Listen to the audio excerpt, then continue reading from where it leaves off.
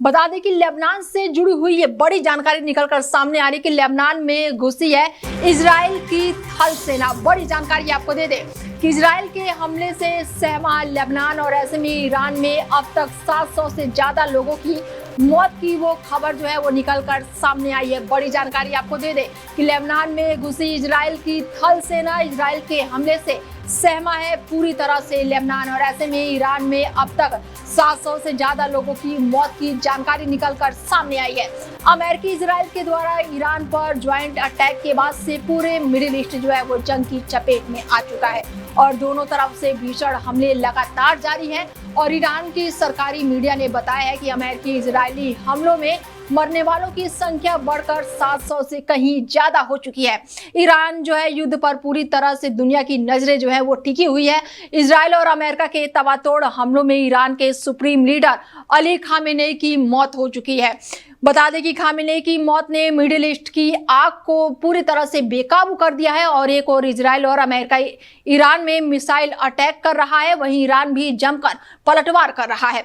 Iran ने Israel के अलावा खाड़ी के उन देशों को भी अपना टारगेट बना लिया है जहां पर अमेरिका के सैन्य ठिकाने हैं। अमेरिका की मिसाइलों ने दुबई, कुवैत, बहरीन, कतर और ओमान जैसे देशों के आसमान को लाल कर दिया है। तो इधर व्हाइट हाउस में अमेरिकी राष्ट्रपति ट्रंप ने सख्त आदेशों ने युद्ध को और भी नई दिशा में तब्दील कर दिया है। दे दें कि ईरान में अब तक कई लोगों की मौत की जानकारी निकलकर सामने आई है और ऐसे में लेबनान में इजराइल की सेना घुसी हुई है। इजराइल के हमले से पूरी तरह से वहां पर सेना जो है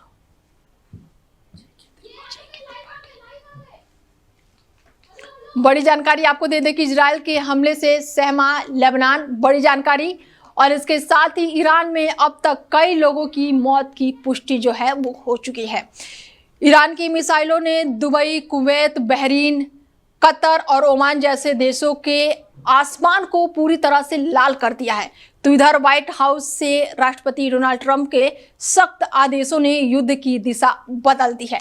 बड़ी जानकारी आपको दे दें कि बीते 2-3 दिनों से लगातार युद्ध हो रहे हैं। तस्वीरें हम आपको लगातार दिखा रहे हैं कि ये तस्वीरें किस तरह से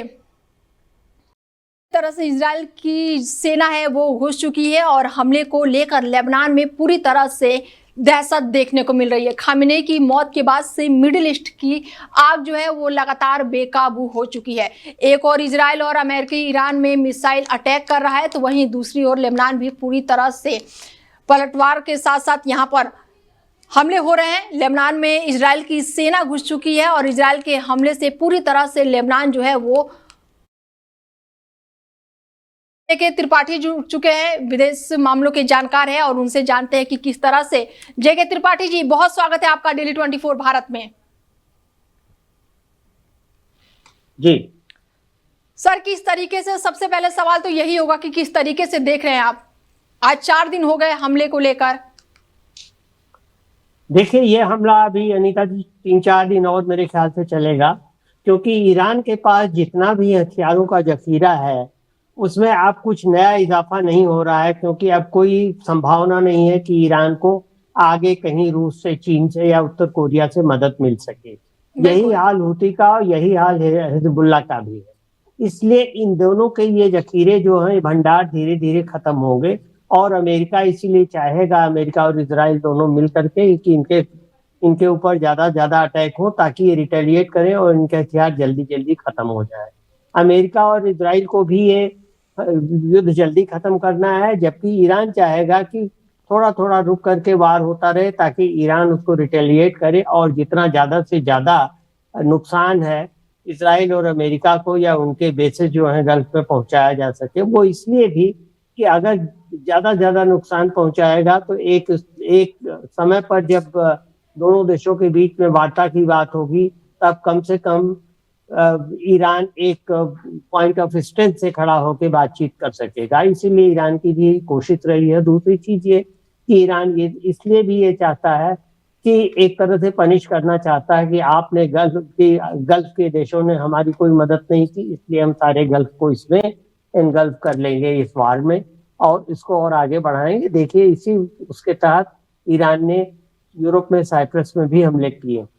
जी बिल्कुल, अनिता। ऐसे में त्रिपाठी जी क्या कह सकते हैं कि मिडिल ईस्ट की जो आग है वो पूरी आग जो है वो महायुद्ध की तरफ धकेल रहा है दुनिया को? देखिए, अभी तक तो मिडिल ईस्ट की आग मिडिल ईस्ट तक ही रही है, क्योंकि ईरान ने सिर्फ यही कहा है, मिडिल ईस्ट के देशों को कहा था कि आप हमारे साथ नहीं हैं तो हमारे खिलाफ हैं। लेकिन साइप्रस पे जो हमला हुआ है उससे ये लगता है कि हो सकता है ये यूरोप को भी इनगल्फ कर ले आग, क्योंकि यूरोप में भी फ्रांस और जर्मनी ने अमेरिका का समर्थन किया है, और अगर ऐसा होता है तो यूरोप भी इसमें इन्वॉल्व हो जाएगा। अभी बिल्कुल। एशिया की बारी तो नहीं आएगी, क्योंकि एशिया में भी किसी ने कुछ कहा नहीं, लेकिन एक चीज यह है कि शायद ईरान अगले कदम के रूप में पाकिस्तान को और तुर्की को भी टारगेट करे। ठीक है, आप बने रहिए हमारे साथ।